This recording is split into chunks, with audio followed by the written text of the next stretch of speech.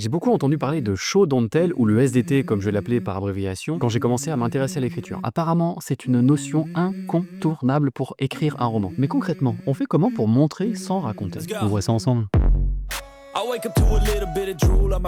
Lire un roman pour moi, c'est s'évader. Voilà, moi ce que je cherche quand je lis un roman, c'est vraiment m'évader dans une nouvelle histoire, dans une nouvelle ambiance, dans un nouvel univers. Et aujourd'hui, ce qu'on cherche, c'est la grande évasion. Celle où on se prend pour le personnage, où on vibre avec lui, on ressent ses peurs, ses émotions, on vit avec ses succès et ses échecs. Pop, pop, pop, pop, pop, pop. Calme-toi, Jolly Jumper. Ça se fait pas comme ça. Tout serait dans l'art d'écrire et de tourner les choses. Alors moi, ce que j'ai trouvé, ça dit qu'il faut découper le show don't tell en 6 points. Premièrement, utiliser des preuves pour étayer l'information. Et du coup, ça dit qu'au lieu de décrire précisément une information, un sentiment, une pensée ou une sensation pour nous guider en tant que lecteur sur ce qu'on doit comprendre, donc nous prendre un peu pour des débiles quand même, faut l'avouer, il vaut mieux en fait nous laisser arriver à nos propres conclusions en nous donnant des clés de compréhension un peu plus subtiles. Ok, bon, facile à dire, maintenant concrètement un exemple. Léo est triste de prêter son jouet préféré. Là, je vous dis ce qu'il ressent, je vous guide. Donc on n'est pas plongé dans l'émotion. Mais je peux essayer autrement. Voilà, comparez les deux textes que je vous affiche, vous pouvez mettre pause pour prendre le temps de les lire.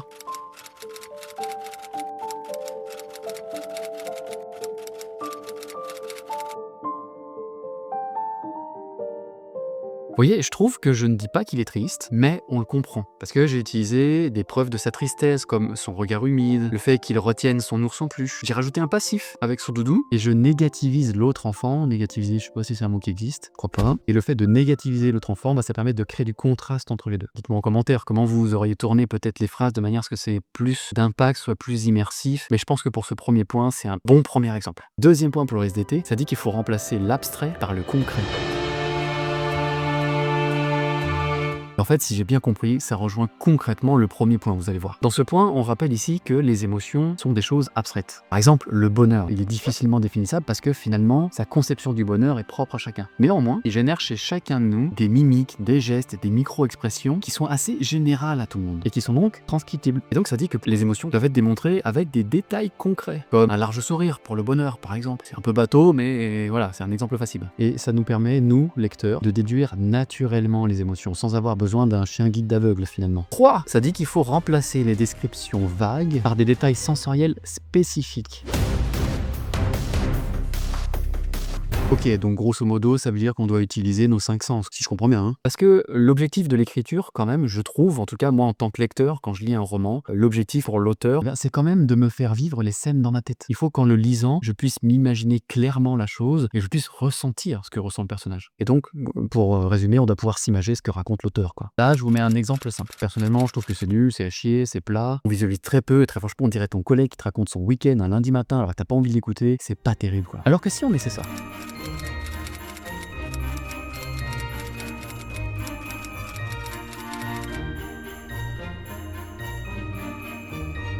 Ouais, si j'ai pas trop mal écrit, je trouve que c'est un peu plus riche. On visualise mieux, mais en même temps, j'ai laissé libre choix au lecteur la disposition du chalet et du manège en fonction de sa propre expérience. Je laisse libre de construire sa propre représentation mentale. Et ça, je trouve que c'est hyper important parce que si on décrit trop précisément les choses, on n'a pas tous le même vécu. On voit pas les choses de la même manière. Donc trop décrire un personnage, trop décrire une scène, finalement on le guide un peu trop et c'est des choses qui peuvent ne pas lui correspondre. Alors laisser une part de mystère dans la description, moi en tant que lecteur, je trouve que ça me permet moi d'aller piocher moi-même, de compléter le vide de description par ma propre expérience. Et ce qui fait que je me sens plus impliqué dans la lecture, moi personnellement. Et puis dans cet exemple, j'essaie aussi de faire voyager à travers l'ouïe, l'odorat et la vue aussi. Et en plus, je trouve qu'on devine pas trop mal l'excitation. Par exemple, vous proposez-moi en commentaire une variante améliorée de ce texte, de manière à ce que je puisse voir moi mes points de faiblesse, voir ce que j'aurais pu améliorer, s'il y a une meilleure façon de tourner, quel angle d'émotion vous auriez utilisé. Voilà, on est vraiment ici pour s'entraider, donc n'hésitez pas à partager en commentaire votre ressenti sur ces textes-là. Et puis ça peut permettre, déjà premièrement à moi, de m'aider à m'améliorer et peut-être aider ceux qui vont lire les commentaires aussi à s'améliorer. 4e point du SDT, ça dit qu'il faut éviter de trop se fier au langage corporel.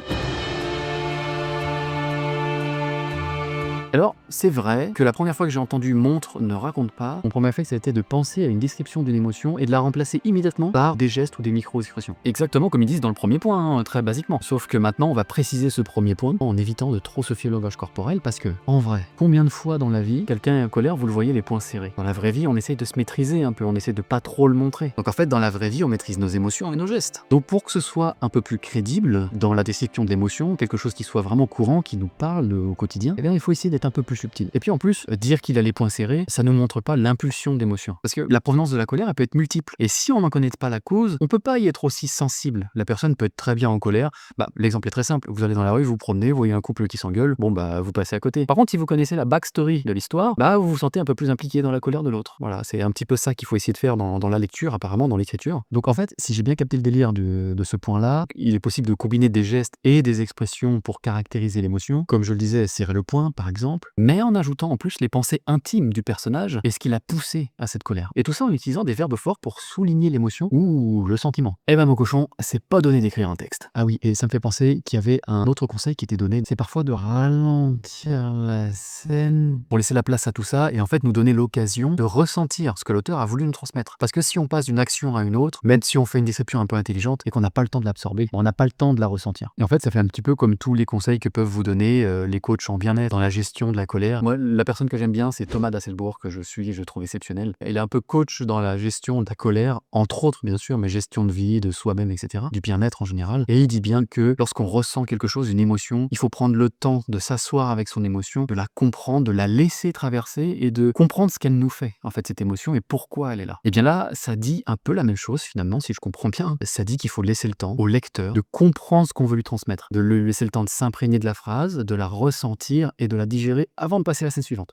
Faut pas faire ça à chaque fois, sinon vous allez avoir un texte qui se rallonge à l'infini et ça peut être un peu chiant, quoique ça peut être un angle d'attaque pour écrire un roman, des romans un peu plus slow. Je pense que si on manie bien ça, ça peut être plutôt fort en écriture. Là, j'ai préparé un petit extrait qui essaye déjà de faire un petit peu la synthèse des 4 points vus un peu précédemment. Vous pouvez mettre pause pour prendre le temps de le lire. Je vais pas le lire parce qu'il faut rajouter d'émotion. Et bon, je suis pas acteur, donc je vous laisse ce soir. En plus, c'est un peu triste. Bon, c'est même carrément triste.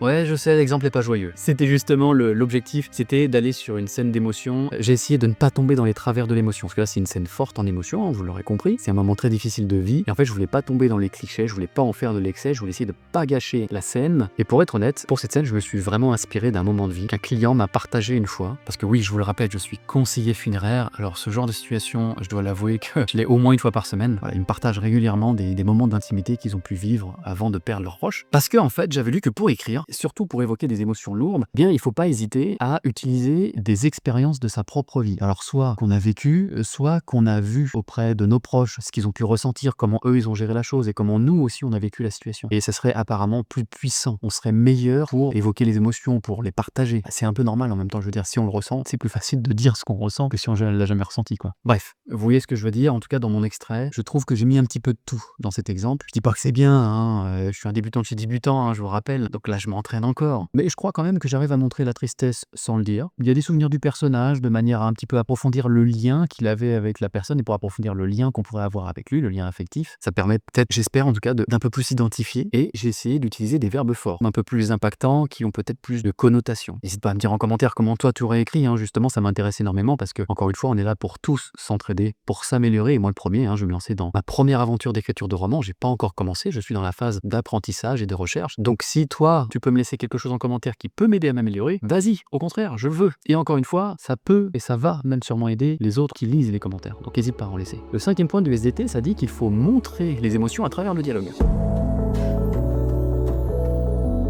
Ça, très franchement, je l'ai compris très rapidement. J'ai pas éprouvé de grosses difficultés. Bon, après, je vais vous donner un exemple, vous me direz si c'est bien ou pas, mais je crois que j'ai compris le truc. Et donc, il faut montrer l'émotion dans le dialogue, mais attention, sans devoir le préciser avec une incise après la réplique. Parce qu'en fait, ça dit qu'en tant que lecteur, nous sommes assez intelligents pour interpréter ce que dit le protagoniste et de comprendre ce qu'il ressent. Parce que c'est vrai que moi, j'ai lu des romans et j'ai entendu ce que j'écoute beaucoup de livres sur Audible. Parce que quand on écoute beaucoup Audible, à force, on sait plus quoi écouter. En tout cas, dans le genre qu'on recherche, donc on écoute un peu de tout. Et il faut avouer que sur Audible, il n'y a pas que du bon. Je suis critique, mais en tant que lecteur, attention. En tant qu'écrivain, je sais pas ce que ça va donner. Mais bon, on peut ne pas être réalisateur et savoir juger un film quand même. Et c'est vrai, quand on nous guide trop sur ce qu'on doit ressentir, quand on dit que le personnage, là, il lui arrivait quelque chose, le personnage se sent profondément triste, bah montre-le-moi, dis-le-moi pas, parce que sinon c'est vrai que c'est chiant, on a tendance à s'endormir sur le texte. On est trop guidé, on n'est pas impliqué. Donc l'exemple, maintenant j'y viens, hein, un peu de patience s'il te plaît. Ouais, je te l'affiche à l'écran, fais tes pauses. Hein.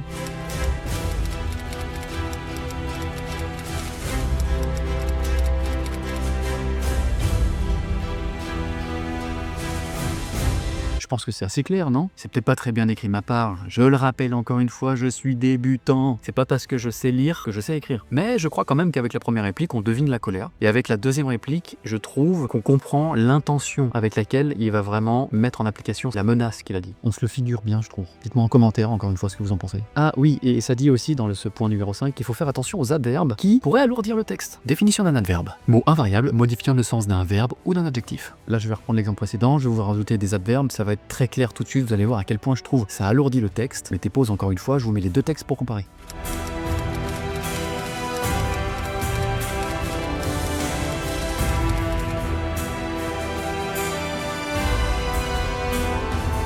Oui, ça a moins d'impact, non? Je trouve que c'est moins concis. Du coup, ça alourdit, on a tendance à s'essouffler. Je sais pas, vous en pensez quoi, vous? Je suis pas sûr que pourri soit un adverbe. Et avant de vous parler de ce 6e point, qui est fondamental pour bien maîtriser le SDT, si tu aimes cette vidéo, si tu apprends quelque chose et tu veux le partager avec quelqu'un, bah n'hésite pas à d'abord aimer. Partage cette vidéo. N'hésite pas à laisser un commentaire si tu as aimé cette vidéo, ou alors pour nous aider à nous améliorer dans l'écriture, comme je l'ai proposé dans la vidéo. Et surtout, abonne-toi pour ne rien rater des futures vidéos qui vont sortir de mon aventure de l'écriture. 6e point, ça dit qu'il faut filtrer les observations à travers la voie narrative. Bon, qu'est-ce que c'est que ça? Moi-même, très franchement, la voie narrative, je comprenais pas trop ce que c'était. Je suis pas sûr de l'avoir encore bien maîtrisé, mais je vais vous parler de la définition que j'ai trouvée, peut-être que ça va plus vous parler. J'ai un exemple concret qui m'est venu en tête, qui, je trouve, définit bien ce point-là. Et en fait, c'est une méthode qui permet de faire ressortir la personnalité du personnage qu'on développe dans l'histoire, quoi. C'est simple, par exemple, si l'auteur raconte l'histoire d'un militaire, alors il faudrait peut-être écrire ses actions avec une attitude plus directe, plus brutale, un peu à la Jack Reacher. Avec la série qui cartonne sur Amazon, Jack Reacher, c'est à peu près le même concept. Voilà, c'est un personnage qui parle pas beaucoup. On devine dans ses gestes qu'il est militaire, dans son attitude, etc. Il faudrait utiliser un vocabulaire plus concis, plus précis, et je dirais peut-être évoquer ses émotions avec un peu plus de réserve. Ce qui serait tout à fait différent si notre personnage principal était un auxiliaire de puériculture, par exemple. Parce que pour une situation donnée, chacun aura sa façon de voir les choses. Voilà, c'est ça. Ça y est, voilà, je viens de comprendre. En fait, il faut décrire la scène à travers le prisme de la personnalité du personnage qu'on écrit. Je sais pas si c'était très clair, mais pour moi ça l'était. J'espère pour vous aussi.